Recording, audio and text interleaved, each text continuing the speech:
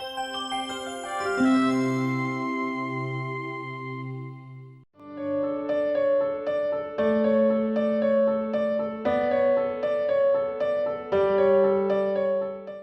Friends, मेरा नाम professor doctor Hemant Madan है और मैं कार्डियोलॉजी और पीडियाट्रिक कार्डियोलॉजी में रीजनल डायरेक्टर और क्लिनिकल लीड नॉर्थ जोन हूँ Narayana super speciality hospital Gurugram में। बच्चों में हार्ट डिजीज़ को कैसे डायग्नोज और कैसे ट्रीट किया जाए। बच्चों में हार्ट डिजीज़ डायग्नोज करने के लिए जो बेसिक इन्वेस्टिगेशन या जो फाइनल इन्वेस्टिगेशन भी हम मान सकते हैं वो है इकोकार्डियोग्राफी। एक अच्छे पीडियाट्रिक कार्डियोलॉजिस्ट के पास जाके अगर हम बच्चे का इको कराते हैं तो इको स्कैनिंग में हार्ट डिजीज़ का पूरा डायग्नोसिस अधिकतर प्राप्त हो जाता है। इसके आगे इन्वेस्टिगेट करने की हमें आवश्यकता जनरली नहीं रहती है। आपको बताना चाहता हूँ कि ट्रीटमेंट के अलग अलग ऑप्शंस अवेलेबल होते हैं। शुरू में बच्चा जब छोटा होता है तब हम यूजुअली 95% बीमारियों के लिए हम खाली उनको मेडिकेशंस पे रखते हैं।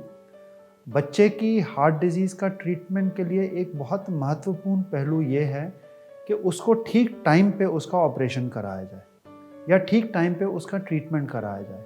मेरे पास बहुत सारे पेशेंट्स ऐसे आते हैं जिसमें मुझे पेरेंट्स को कन्विंस करना पड़ता है कि अभी बच्चे की उम्र ट्रीटमेंट के लायक नहीं है, हमें थोड़ा और वेट करने की ज़रूरत है। खासकर जो फर्स्ट टाइम पेरेंट्स होते हैं वो बहुत एंशियस होते हैं कि इतने में कहीं हार्ट ना ख़राब हो जाए, इतने में कहीं बच्चे की जान को ख़तरा ना हो जाए।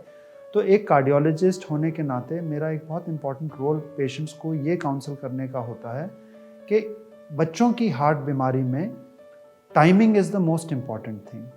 कब ऑपरेशन करना है, किस स्टेज पे ऑपरेशन करना है, ये एक बहुत महत्वपूर्ण डिसीजन होता है।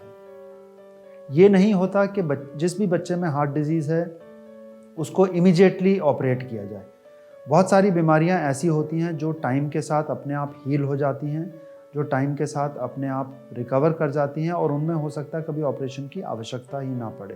Therefore in paediatric heart disease timing जो है वो सबसे इम्पॉर्टेंट पहलू है। टाइमिंग के अनुसार हमें सर्जिकल या मेडिकल ट्रीटमेंट ऑप्ट आउट करना होता है। अगला क्वेश्चन बच्चों की हार्ट डिजीज़ में ये उठता है कि हमारे पास अलग अलग ट्रीटमेंट ऑप्शंस क्या अवेलेबल है। जनरली जो साइनोटिक हार्ट डिजीज़ है, जो नीला पड़ने वाली हार्ट की बीमारी है, ये अधिकतर सर्जिकल डोमेन है। ये अधिकतर पीडियाट्रिक कार्डियक सर्जन ही इसको करेक्ट करता है। इंटरवेंशनल कार्डियोलॉजिस्ट का रोल इन बीमारियों में एक सपोर्टिव रोल ही होता है। एक डेफिनेटिव रोल इन बीमारियों में जनरली इंटरवेंशनल कार्डियोलॉजिस्ट नहीं करता है। जो एसाइनोटिक हार्ट डिजीज़ हैं जिसमें कि बच्चा नीला नहीं पड़ता, फॉर्चुनेटली ये ज़्यादा कॉमन होती हैं। इसमें इंटरवेंशनल कार्डियोलॉजिस्ट का एक बहुत इम्पॉर्टेंट रोल होता है। बहुत सारी बीमारियां हैं जैसे कि होल्स इन द हार्ट हैं, atrial septal defect, ventricular septal defect, patent ductus arteriosus, PDA. ये सारी बीमारियां जो हैं वो आजकल डिवाइस थेरेपी के ज़रिए हम ट्रीट कर पाते हैं। एडिक्वेटली सिलेक्टेड पेशेंट्स में इनमें हम डिवाइसेस लगा देते हैं जो कि पैर की वेन से ये डिवाइसेस सारे डिलीवर होते हैं, तो छाती खोल के ऑपरेशन करने की आवश्यकता नहीं पड़ती।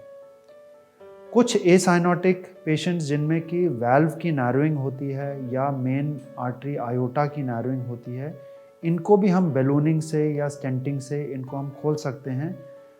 इंटरवेंशनल कार्डियोलॉजिस्ट खोल सकते हैं, तो इनमें भी छाती खोल के ऑपरेशन की आवश्यकता नहीं होती है। तो जैसा मैंने कहा कि cyanotic heart disease definitely surgical therapy का ट्रीटमेंट है और एसाइनोटिक में कुछ पेशेंट्स जो हैं वो बिना सर्जरी के डिवाइसेस के थ्रू ट्रीट किए जा सकते हैं और कुछ पेशेंट्स को एसाइनोटिक ग्रुप में भी सर्जिकल ट्रीटमेंट की आवश्यकता होती है। Thank you.